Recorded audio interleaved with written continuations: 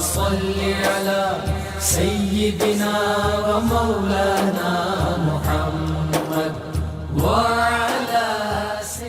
بسم اللہ الرحمن الرحیم۔ السلام علیکم ناظرین و سامعین کرام، پروگرام یاد الہی میں روزانہ عظیم ہستیوں کے تذکارے پاک کیے جاتے ہیں اور اس کے ساتھ ساتھ کچھ ایسے موضوعات پر گفتگو ہوتی ہے جس سے آپ کو رہنمائی حاصل ہوتی ہے۔ آج اعلیٰ حضرت امام احمد رضا خان قادری محدث بریلی علیہ رحمہ آپ کے تذکارے خیر ہوں گے۔ 10 شوال المکرم آپ کا یوم ولادت باسعادت ہے۔ عیسوی سن کے حوالے سے دیکھا جائے تو 1856 عیسوی، یعنی جنگ آزادی جو ہے 1857 کی، اس سے 1 سال قبل آپ کی ولادت باسعادت ہوتی ہے۔ انڈیا کے صوبہ یو پی اتر پردیش کے شہر بریلی میں آپ کے والد گرامی اور پھر دادا جان یہ بھی علماء کاملین میں بھی شامل ہیں، علماء کرام میں بھی شامل ہیں اور اولیاء کاملین صالحین میں بھی شامل ہیں۔ اور پھر ان کے سلسلہ نسب پر کی گئی تحقیق کے مطابق اعلیٰ حضرت امام احمد رضا خان قادری علیہ رحمہ آپ کا سلسلہ نسب ان صحابی رسول تک پہنچتا ہے کہ جو اللہ کے پیارے حبیب صلی اللہ علیہ وآلہ وسلم کی بارگاہ میں حاضر ہوئے تھے اور پھر آقا کریم صلی اللہ علیہ وآلہ وسلم کے دست مبارکہ پر جنہوں نے اسلام قبول کیا تھا۔ اور پھر انہی کے ایک پوتے ہیں شرف الدین، ان صحابی رسول کے پوتے شرف الدین کے پھر 5 بیٹے، ان میں سے ایک بیٹے جو ہے ان کے ساتھ جا کر اعلیٰ حضرت امام احمد رضا خان قادری علیہ رحمہ کے سلسلہ نسب متصل ہوتا ہے۔ اس حوالے سے دیکھا جائے تو صحابی رسول صلی اللہ علیہ وآلہ وسلم کی اولاد میں سے ہیں اعلیٰ حضرت امام احمد رضا خان قادری علیہ رحمہ۔ آپ کا نام جو ہے محمد، یہ بھی تجویز کیا گیا، محمد رکھا گیا۔ آپ نے اپنے لیے محمد کے ساتھ ساتھ عبد المصطفیٰ اس کو اختیار فرمایا، یعنی نبی کریم صلی اللہ علیہ وآلہ وسلم کا غلام عبد مصطفیٰ۔ آپ نے کلام میں بھی آپ نے کئی جگہوں پر اس کو استعمال کیا کہ خوف نہ رکھ رضا ذرا، تو ہے عبد مصطفیٰ، تیرے لیے امان ہے، تیرے لیے امان ہے۔ اور احمد رضا یہ بھی غالباً آپ کے دادا جان، انہوں نے آپ کا نامی اس میں گرامی رکھا۔ اور پھر گھر کا ماحول مکمل روحانی، مذہبی، تعلیمی، وہی آپ کو فیضان ملا۔ 5 سال کی عمر تک آپ نے 5 سال کی کم عمری میں قرآن مجید فرقان حمید ناظرہ آپ نے پڑھ لیا۔ پھر اس کے بعد آپ نے اپنے والد گرامی اور دیگر اساتذہ سے جو اس دور کے مروجہ علوم تھے، جس میں صرف و نحو، منطق و فلسفہ، بلاغت، معانی، علم معانی، لغت، ادب، عربی ادب، پھر اس کے ساتھ ساتھ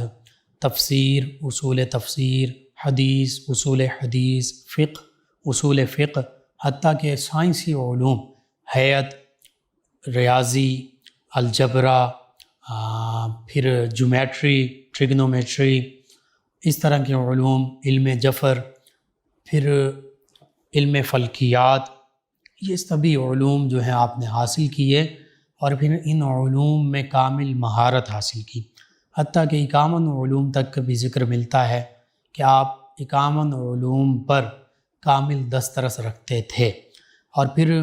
صرف 13 سال 10 ماہ اور 4 دن کی عمر مبارکہ میں آپ نے دینی، دنیاوی، ظاہری، عصری، ماڈرن علوم، تمام علوم جو ہیں وہ ان سے فراغت حاصل کی اور پھر آپ کی دستار بندی کی گئی۔ اور پھر جیسے ہی آپ نے ان علوم سے فراغت حاصل کی تو 13 سال 10 ماہ اور 4 دن کی عمر میں، اتنی کم عمری میں، آپ نے رضاعت کے حوالے سے سب سے پہلا فتویٰ جو ہے آپ کے والد گرامی نے آپ کے ذمہ لگایا، کیونکہ وہ مفتی تھے۔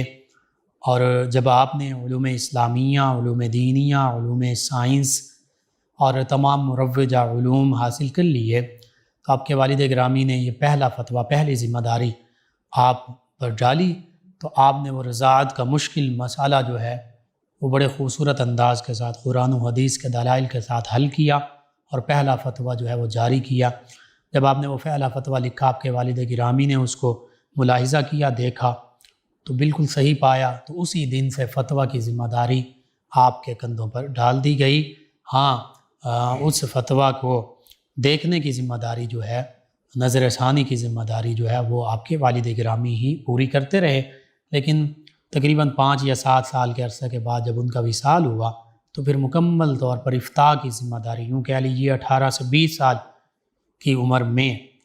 مکمل افتاء کی فتویٰ نویسی کی ذمہ داری مکمل طور پر آپ ہی کے کندھوں پر آ پڑی، اگرچہ اس سے پہلے بھی فتویٰ نویسی آپ ہی فرماتے تھے۔ تو یہ اللہ تعالیٰ نے آپ کو اتنا بڑا علم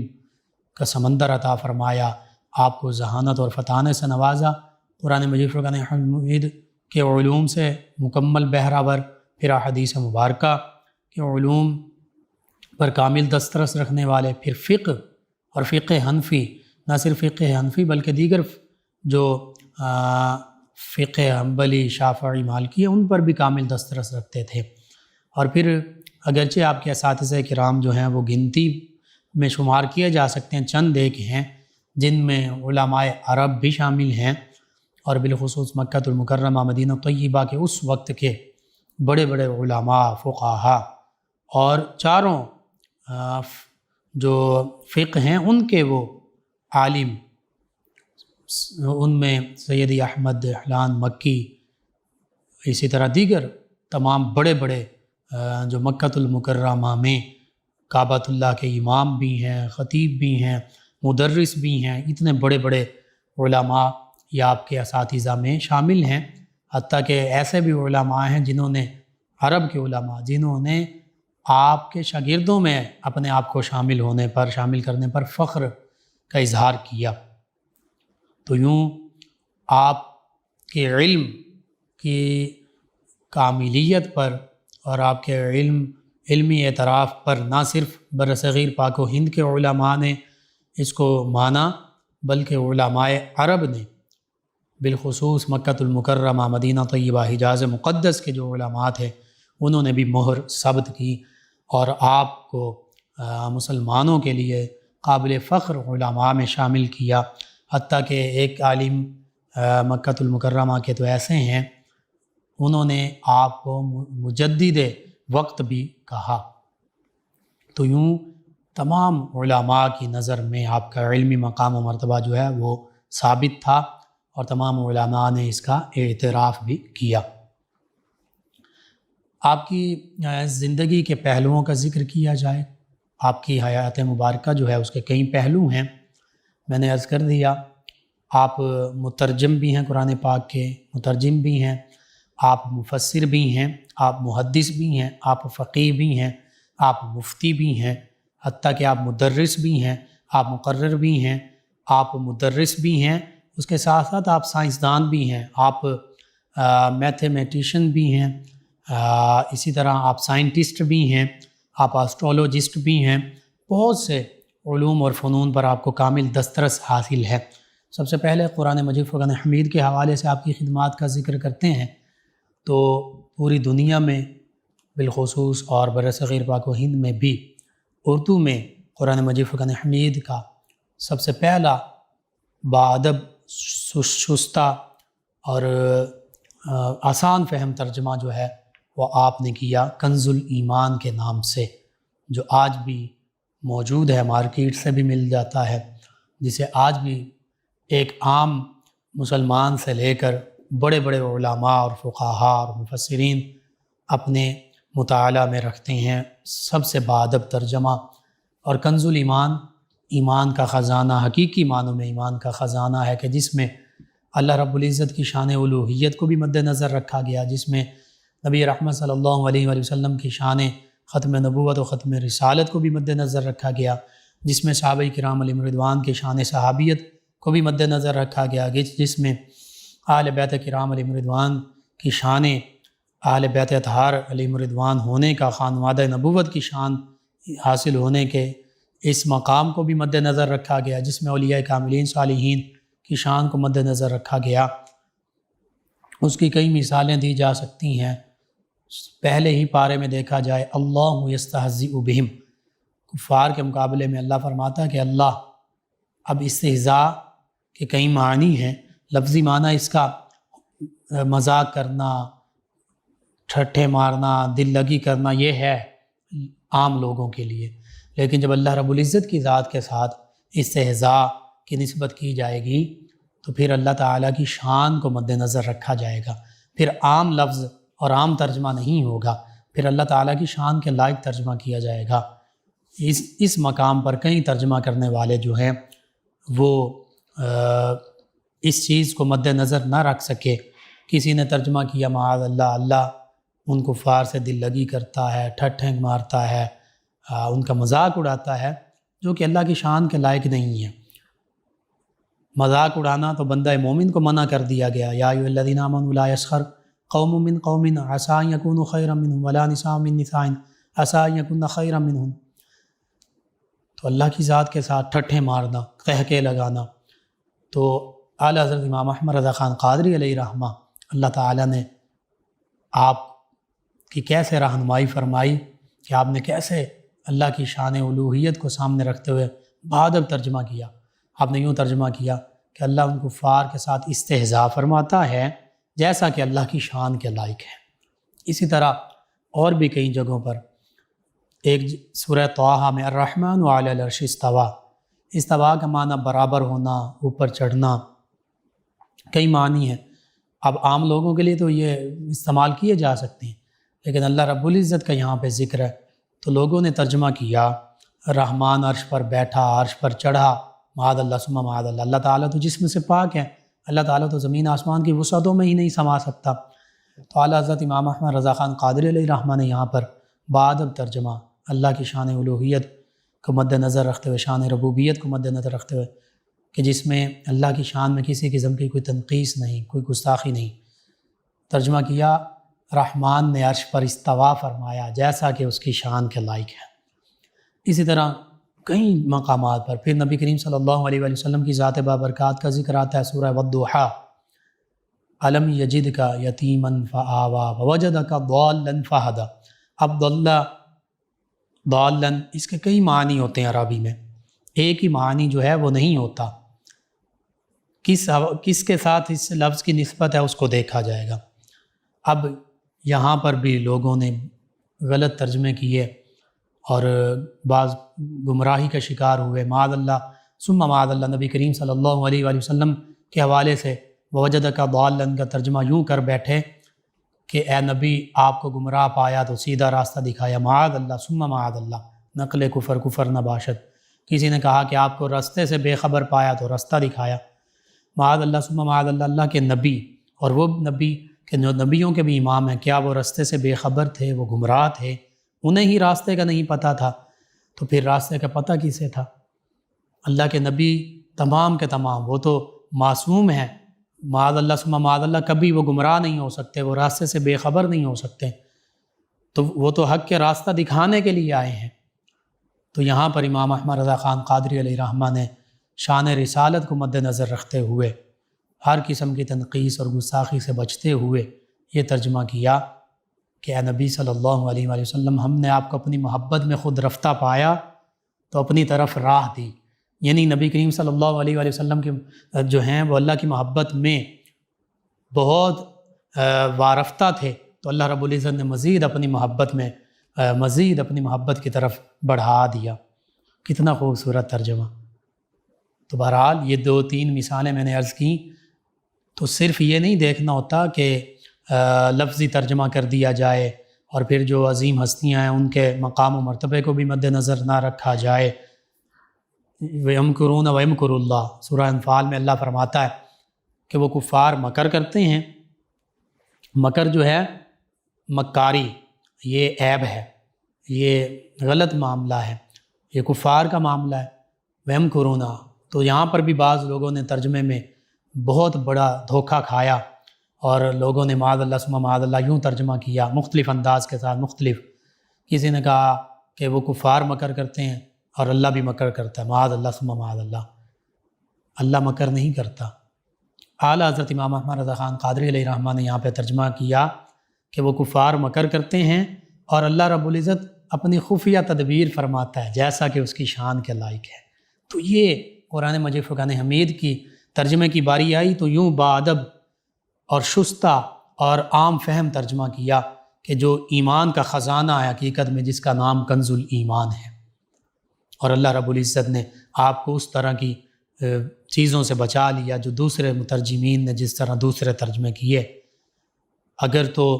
غلط نیت سے تھے تو پھر اس کا معاملہ بہت سخت،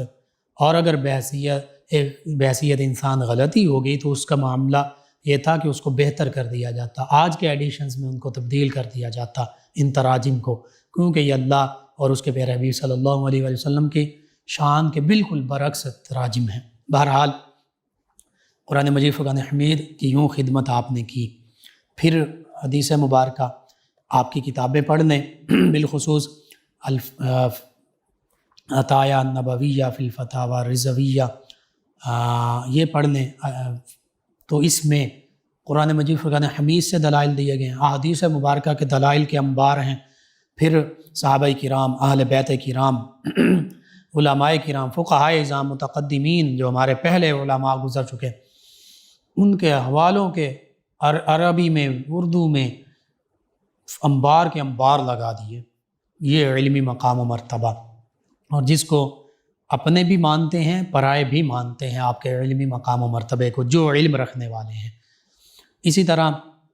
پھر اس سے آگے چلیے، یہ فقہی حوالے سے فتاوی رضویہ جو 30 اور اس سے بھی زیادہ جلدوں پر آج موجود ہے، بہت بڑا علمی خزانہ ہے۔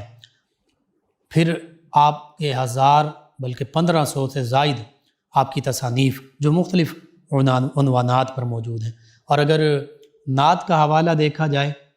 تو قرآن و سنت کی تعلیمات، قرآن اور حدیث کے مطابق آپ نے شاعری کی، یعنی نعتیں لکھی نبی کریم صلی اللہ علیہ، اور آپ خود فرماتے ہیں کہ نعت لکھنا 2 دھاری تلوار پر چلنے کے مترادف ہیں۔ کیسے؟ فرماتے ہیں کہ اگر نبی کریم صلی اللہ علیہ وآلہ وسلم کی شان میں بہت زیادہ غلو کرو گے تو پھر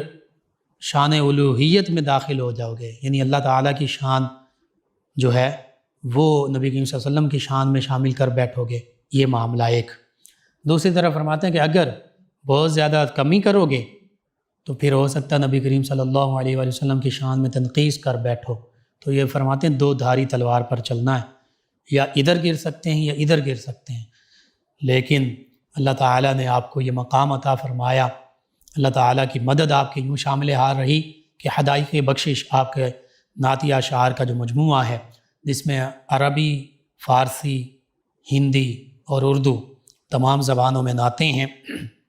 وہ بالکل قرآن و حدیث کے مطابق ہیں۔ اکثر جب ہم پڑھتے ہیں ان اشعار سے ہمیں کسی نہ کسی آیت مبارکہ کی جانب ہمیں رہنمائی ملتی ہے، کسی نہ کسی حدیث مبارکہ کی جانب ہمیں رہنمائی ملتی ہے، یعنی آپ کے اشعار جو ہیں وہ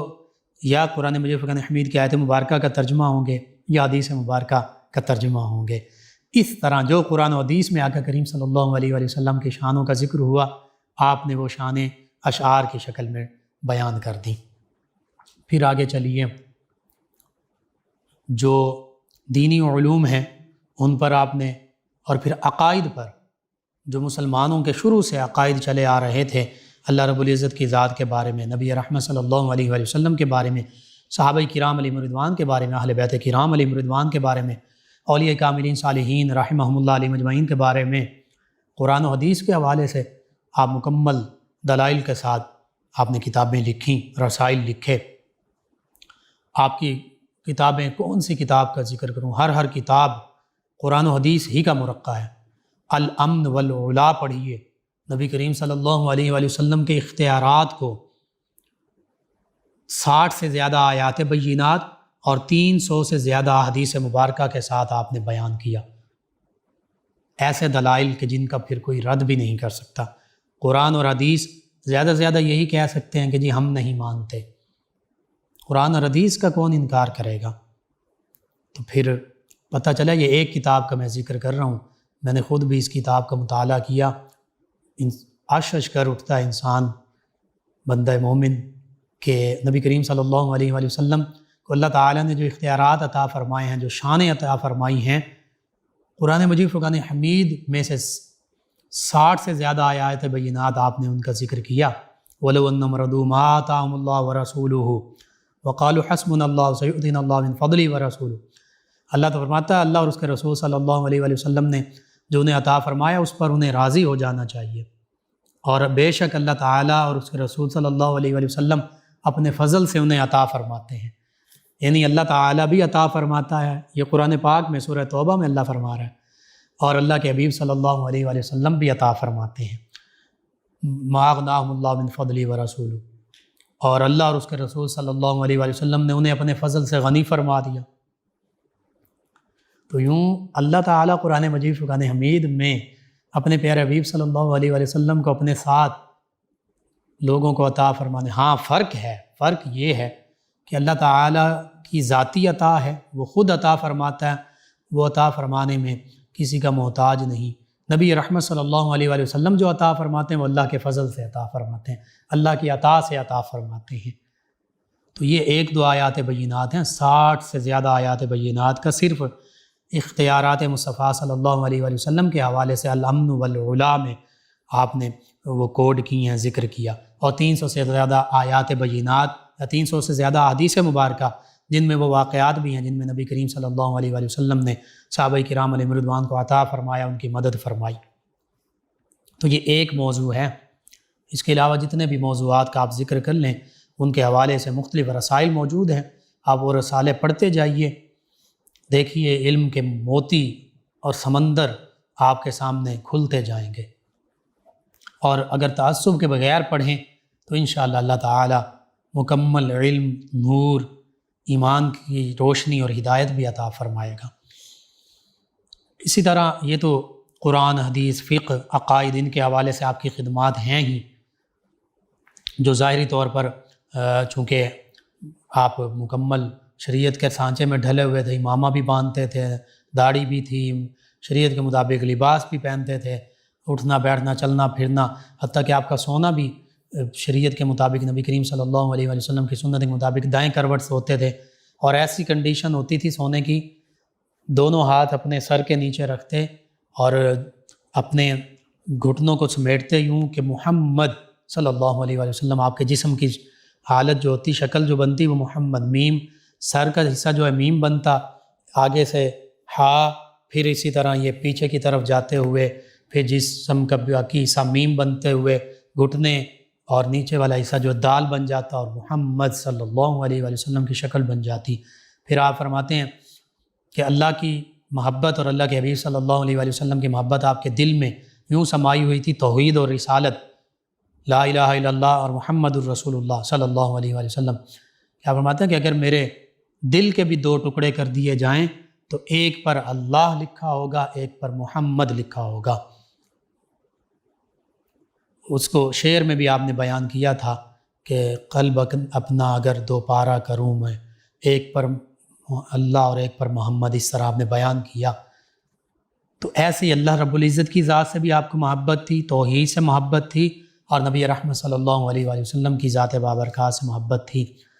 کہ آپ کہتے ہیں کہ میرے اگر دل کو بھی 2 ٹکڑے کر دیا جائے تو اللہ اور اس کے حبیب صلی اللہ علیہ وآلہ وسلم کا نام نامی اس میں گرامی ہی لکھا ہوا اس پر ملے گا۔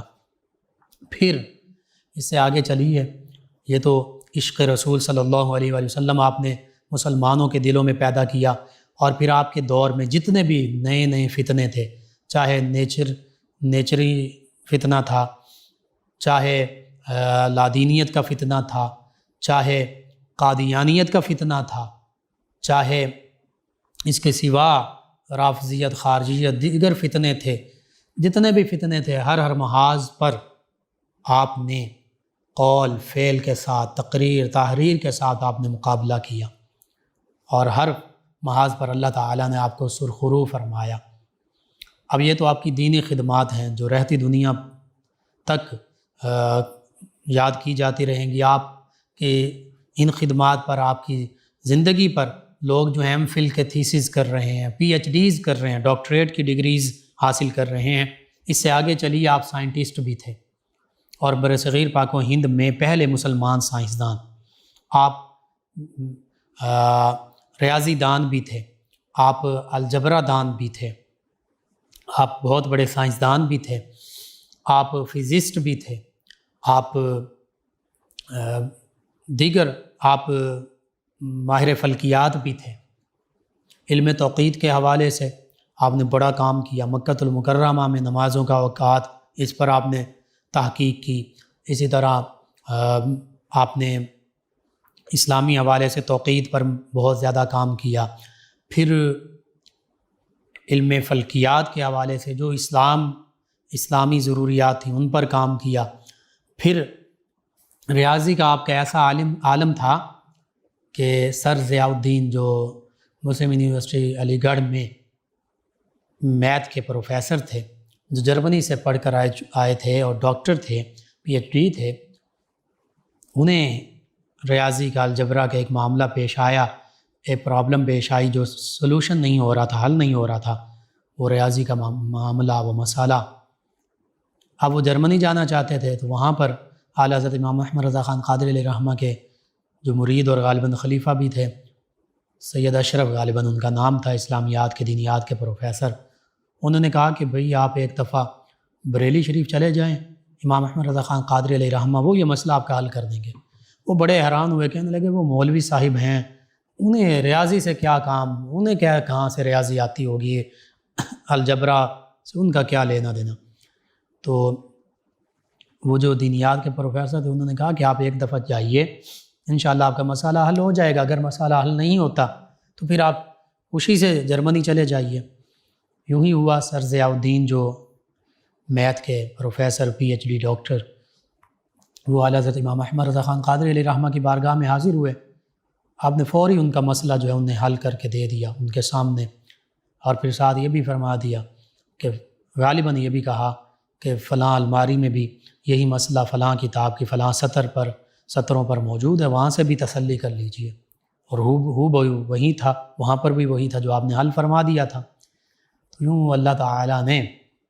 آپ کو ذہانت اور فطانت سے نوازا تھا، علم لدنی عطا فرمایا تھا، ظاہری علوم کے ساتھ ساتھ باطنی علوم عطا فرمائے تھے، دینی علوم کے ساتھ ساتھ جنہیں دنیاوی علوم کہتے ہیں، حالانکہ یہ بھی قرآن و سنت سے ماخوذ ہیں۔ یہ ریاضی، یہ کیمسٹری، یہ فزکس، یہ اسٹرولوجی، یہ جیولوجی، یہ میڈیسن، یہ ہمارے مسلمانوں کا ورثہ تھا۔ جابر بن حیان، فاؤنڈر آف کیمسٹری، سیدنا امام جعفر صادق رضی اللہ عنہ کے شاگرد، ابن الہیثم، ابو علی سینا، رازی، البیرونی، جہاں ہمارے برصغیر پاک و ہند میں جو آئے، ان سائنسدانوں کو دیکھیے، پگڑیاں باندھی ہوتی تھیں، داڑھیاں رکھی ہوئی، بظاہر مولوی ہی ہیں۔ تو یہ اسلام، یہ علماء بھی تھے، یہ عالم دین بھی تھے، عالم قرآن حدیث فقہ بھی تھے، اور اس کے ساتھ ساتھ کسی نہ کسی شعبے میں سائنسدان بھی تھے، اور پھر اپنے اپنے شعبوں میں آگے سے آگے ریسرچ کرتے گئے۔ کوئی کیمسٹری کا بانی بن گیا، کوئی فزکس کا بانی بن گیا، کوئی طب کا بانی بن گیا، ابو علی سینا بن گیا، کوئی ابن النفیس بن گیا، بلڈ سرکولیشن کا ذکر کر دیا، کسی نے آنکھوں کی بیماریوں کا ذکر کیا، اور پھر ہمارے مسلمان سائنٹسٹ نے جو اس وقت چاہے فزکس کے حوالے سے، کیمسٹری کے حوالے سے، میڈیسن کے حوالے سے جو چیزیں لکھیں، اس کے ہی انگلش میں ترجمے کر کے اس سے یورپ اور ان ممالک اور ان کنٹریز نے علم حاصل کیا، اور آج وہ ہم پر اس طرح مسلط ہیں کہ وہ اس علم و ٹیکنالوجی میں یوں سمجھ لیجئے کہ ہم سے آگے پہنچ چکے ہیں۔ مسلمانوں نے اپنے ان علوم و فنون سے دوری اختیار کی، قرآن و سنت سے بھی دور ہوئے، اصل تو اسلام سے دور ہوئے، اور یہ علوم بھی اسلام ہی کے ضمناً حاصل ہو رہے تھے، حاصل کیے جا رہے تھے، پھیلائے جا رہے تھے، اور مسلمان علماء، مسلمان سائنسدان ہی ان کو پھیلا رہے تھے۔ لیکن ہم قرآن سے بھی دور ہوئے، اسلام سے بھی دور ہوئے، حدیث سے، فقہ سے، ان علوم سے بھی دور ہوئے، تو آج پوری دنیا میں مسلمان ذلت اور پستی کا شکار ہو گئے۔ امام احمد رضا خان قادری علیہ رحمہ نے اس نظریے پر کبھی رد کیا، قرآن و حدیث کے حوالے سے اور سائنسی حوالے سے، عقلی توجیہات کے حوالے سے رد کیا کہ زمین حرکت میں۔ آپ نے اس پر فوز مبین جو ہے وہ رسالہ لکھا کہ زمین حرکت میں نہیں ہے، زمین ساکن ہے۔ اسی طرح دیگر سائنٹیفک جو تھیوریز تھیں ان پر آپ نے باقاعدہ تفصیل کے ساتھ لکھا۔ ڈارون کہتا ہے کہ انسان بندر سے بنا، آپ نے اس کو بھی رد کیا۔ اور آپ کے اس مسلم سائنٹسٹ ہونے کا اعتراف جو علم رکھنے والے جانتے ہیں انہوں نے کیا۔ ڈاکٹر عبدالقدیر خان علیہ رحمہ انہوں نے کیا، مصر کے علماء نے کیا، دیگر ممالک کے علماء نے کیا۔ ہاں، جہاں تعصب تھا، تعصب رکھنے والے لوگوں نے اس چیز کا ذکر ہی تک نہ کیا۔ آج ضرورت اس امر کی ہے کہ جہاں امام احمد رضا خان قادری علیہ رحمہ کا ذکر ایک دینی حوالے سے کرتے ہیں، بالکل وہ ہمارے دینی حوالے سے امام ہیں، قرآن حدیث فقہ کے حوالے سے بڑی رہنمائی انہوں نے کی ہے، کوئی شک نہیں اس میں۔ اس کے ساتھ ساتھ ان کی زندگی کے ان پہلوؤں کو بھی اجاگر کیا جائے، اس پر بھی ریسرچ کی تحقیق کی ضرورت ہے، اس پر ایم فل کرنے کی، اس پر پی ایچ ڈی کرنے کی ضرورت ہے۔ ڈاکٹر مسعود جو ہیں کراچی کے، انہوں نے اس پر باقاعدہ آپ پر بہت زیادہ ریسرچ کیا، ان کی کتابیں، ان کی ریسرچ، ان کے تھیسز پڑھنے کے لائق ہیں۔ تو یوں آج ضرورت اس امر کی ہے کہ تعصب کی اینک کو اتارتے ہوئے، تعصب کو بالائے طاق رکھتے ہوئے، جیسے آج بھی مختلف مکاتب فکر کے علماء جنہوں نے تعصب کو ختم کیا اور انہوں نے جب دیکھا کہ واقعتاً امام احمد رضا خان قادری علیہ رحمہ ان کو اللہ تعالیٰ نے بڑا علم عطا فرمایا، جو فقیہ ہیں آج، صحیح فقیہ، اعلیٰ فقیہ کسی بھی مکتبہ فکر کے، انہوں نے آپ کے علم فقہ کا اعتراف کیا۔ جو سائنٹسٹ ہیں، ڈاکٹر عبدالقدیر خان علیہ رحمہ نے آپ کی سائنٹسٹ ہونے کا آپ کا اعتراف کیا، آپ کی سائنسی خدمات کا اعتراف کیا۔ اسی طرح دیگر لوگ جو جس شعبے کے اعلیٰ ایک مقام پر ہیں اور تعصب نہیں برتتے، وہ آپ کی تمام شعبوں کی خدمات کو مانتے ہیں، سراہتے ہیں، اس کا ذکر کرتے ہیں،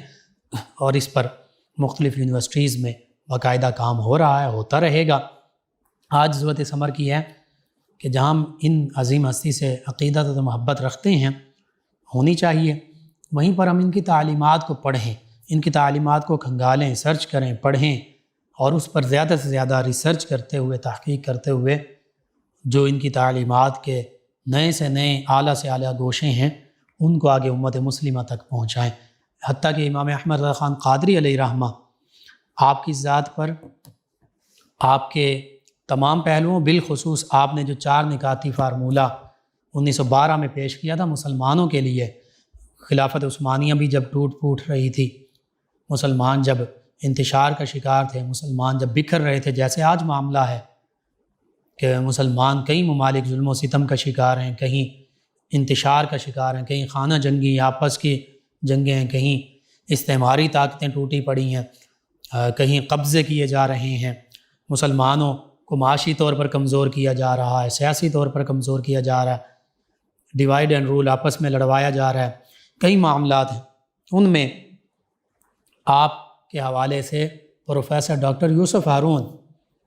جو کہ ابھی پچھلی صدی میں مسلمان ہوئے، اسلام قبول کیا، کیمبرج یونیورسٹی کے پروفیسر ڈاکٹر، بہت بڑے مفکر، دانشور، پوری دنیا انہیں جانتی ہے، انہوں نے یہ وائی آئی ایکسیپٹڈ اسلام، میں نے اسلام کو قبول کیا، اس کا بھی ذکر کیا، اسلام کے معاشی، سیاسی، اخلاقی تمام معاملات کو مانتے ہوئے اعلیٰ یہ سارے معاملات ہیں، اس لیے آپ کہتے ہیں میں نے اسلام قبول کیا۔ پھر امام احمد رضا خان قادری علیہ رحمہ پر انہوں نے ریسرچ کی اور ان کی تحقیق کو آگے لائے، بالخصوص 4 نکات، ان کا مختصر سا خلاصہ پیش کر دیتا ہوں۔ 1912 میں جب پہلی جنگ عظیم بھی قریب ہے اور وہ سارے معاملات اور خلافت عثمانیہ ٹوٹنے کا خدشہ ہے، ریشہ دوانیاں یہود کی، استعماری طاقتوں کی، کہ وہ مسلمانوں سے خلافت بھی چھیننا چاہتے ہیں، آپس میں لڑوانا چاہتے ہیں، تمام معاملات۔ تو اس موقع پر مسلمان اپنے طور پر چندہ بھی اکٹھا کر رہے ہیں، اپنے طور پر کوششیں بھی کر رہے ہیں، تو امام احمد رضا خان نے چند 4 پوائنٹ دیے تھے، اور یہ بھی فرما دیا تھا کہ جب ابھی سے اس پر عمل کر لیں تو بہتر ہے، جب بھی عمل کرنا شروع کر دیں گے مسلمانوں کی بہتری ہوگی۔ ان کا خلاصہ عرض کر دیتا ہوں، اور اس پر لیبیا، ملیشیا، انڈونیشیا وغیرہ یا ترکی، انہوں نے عمل کرنا شروع کیا۔ جن ممالک نے عمل کرنا شروع کیا تو ان ممالک کو ہی تباہ و برباد کر دیا گیا۔ وہ یہی تھا کہ اپنی کرنسی ہو، جیسے سونے چاندی کے سکے ہوتے تھے، آج مسلمانوں کے پاس وہی ہوتے تو وہ دولت تھی، وہ اصل دولت تھی، اس کی ویلیو تھی، وہ ویلیو ایڈڈ کرنسی ہمارے پاس موجود ہوتی۔ پھر اس کے ساتھ ساتھ آپ کا یہ تھا کہ مسلمانوں کا ایک اپنا بینک ہو، مسلم بینک جو سود سے پاک ہو، مسلمان ایک دوسرے کو قرضے بھی دیں، ایک دوسرے کے ساتھ تعاون بھی کریں، تجارت بھی آپس میں کریں، آپ اپنا پیسہ وہ آپس میں تقسیم ہو، ایک مسلمانوں کے کام آئے۔ ان چیزوں اور پھر اسلامی اور سائنسی علوم جو ہیں وہ مسلمان قرآن و سنت کے مطابق وہ مسلمان پڑھیں، دینی علوم بھی ہوں، تاکہ مسلمان اپنے بنیاد کے ساتھ بھی وابستہ ہوں، معیشت بھی ان کی مضبوط ہو جائے، کرنسی بھی ان کی اپنی ہو، بینکس بھی ان کے اپنے ہوں، معاشی حوالے سے کسی کا دست نگر نہ بننا پڑے، اور مسلمانوں کی آپس میں باہمی تجارت ہو تاکہ ایک دوسرے کو فائدہ ہو، کوئی کہیں مسلمان کمزور نہ ہو جائیں۔ آج بھی اگر اس پر عمل کر لیا جائے، مسلم بینک بن جائے، مسلمانوں کا اپنا، تمام مسلمانوں ممالک کا اپنا ایک بلاک ہو، ان کی آپس میں سب سے پہلے تجارت ہو، ایک دوسرے کی یہ مدد کریں، آج بھی ان نکات پر عمل ہو تو آج بھی مسلمان معاشی حوالے سے، سیاسی حوالے سے، عسکری حوالے سے، قومی حوالے سے ترقی کر سکتے ہیں۔ پھر ہمیں IMF اور دیگر ممالک اور غیروں کے دست نگر بھی نہیں بننا پڑے گا، سودی قرضوں کے شکنجوں میں بھی نہیں پڑنا پڑے گا۔ لیکن یہ معاملہ کرے کون؟ سب سے پہلے مسلمان حکمرانوں کو آگے آنے کی ضرورت ہے، مسلمان عوام کو آگے آنے کی ضرورت ہے، لیکن ہم خواب غفلت کا شکار ہیں، ہمارے اپنے معاملات ہیں، ہمارے اپنے مفادات ہیں، وہ پورے نہیں ہو رہے، وہ پورے ہوں تو پھر ہم کچھ اور سوچیں۔ یہ اعلیٰ حضرت امام احمد رضا خان قادری علیہ رحمہ کا ویژن تھا ہر حوالے سے۔ اللہ رب العزت سے دعا ہے اللہ تعالی ہمیں نبی کریم صلی اللہ علیہ وآلہ وسلم، صحابہ کرام، اہل بیت کرام، اولیاء کاملین کی تعلیمات اور وہی تعلیمات جن کا ذکر پھر اعلیٰ حضرت نے بھی کیا، اس کے مطابق ہمیں اپنی ہر قسم کی زندگی دینی، حالانکہ مسلمان کی ساری زندگی ہی دین ہے، اس کے دنیاوی معاملات بھی دین پر مشتمل ہیں، اجر و ثواب کا باعث ہیں اگر خلوص نیت کے ساتھ کیے جائیں، قرآن و سنت کی تعلیمات کے مطابق کیے جائیں۔ چلیں اس زندگی کے پہلو ہیں، اخلاقی پہلو ہیں، عبادت کے پہلو ہیں، معاشرتی، معاشی، سیاسی، عسکری، اللہ تعالی ہمیں ان سب پہلوؤں پر قرآن و سنت کے مطابق عمل پیرا ہونے کی توفیق عطا فرمائے، عالم اسلام کو سربلندیاں عطا فرمائے، آمین۔ اللہم صل علی سیدنا و مولانا